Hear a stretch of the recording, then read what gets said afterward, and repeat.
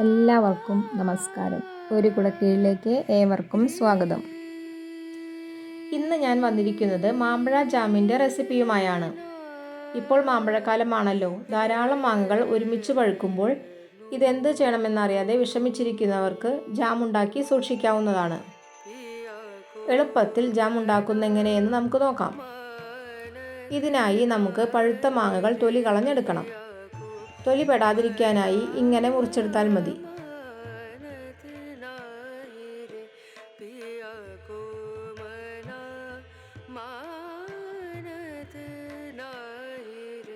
എന്നിട്ട് ഒരു സ്പൂൺ കൊണ്ട് ഉള്ളിലെ കഷ്ണങ്ങൾ കോരിയെടുക്കാം.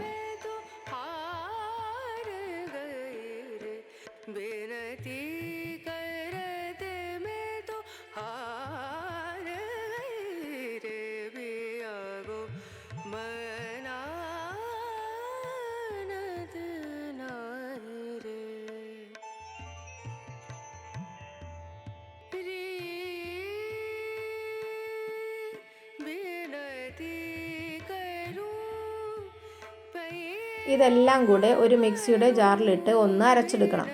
വെള്ളം ചേർക്കേണ്ട ആവശ്യമില്ല.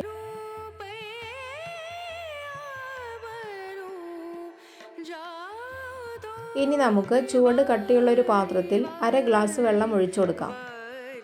ഇതിലേക്ക് 2 ഗ്ലാസ് പഞ്ചസാര ചേർത്ത് കൊടുക്കാം.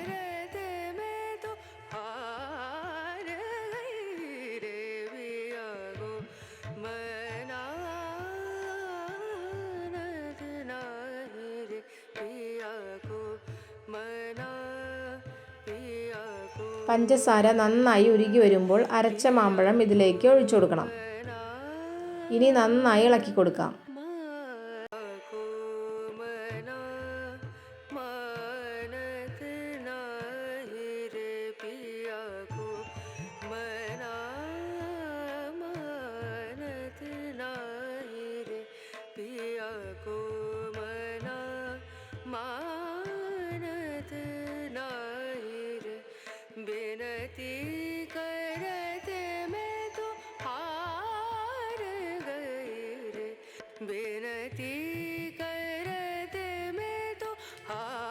ഒന്ന് കുറുകി വരുമ്പോൾ ഇതിലേക്ക് ഒരു ചെറുനാരങ്ങയുടെ നീരും ഒഴിച്ചു കൊടുക്കണം. ശേഷം നന്നായി ഇളക്കി കട്ടിയാകുമ്പോൾ മാറ്റിവെക്കാം.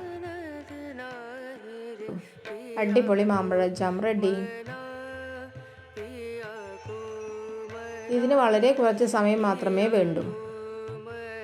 ഫ്രിഡ്ജിൽ സൂക്ഷിക്കുകയാണെങ്കിൽ 1 വർഷം കഴിഞ്ഞാലും പുതുമയോടെ ഇരുന്നുകൊള്ളും. Thank you.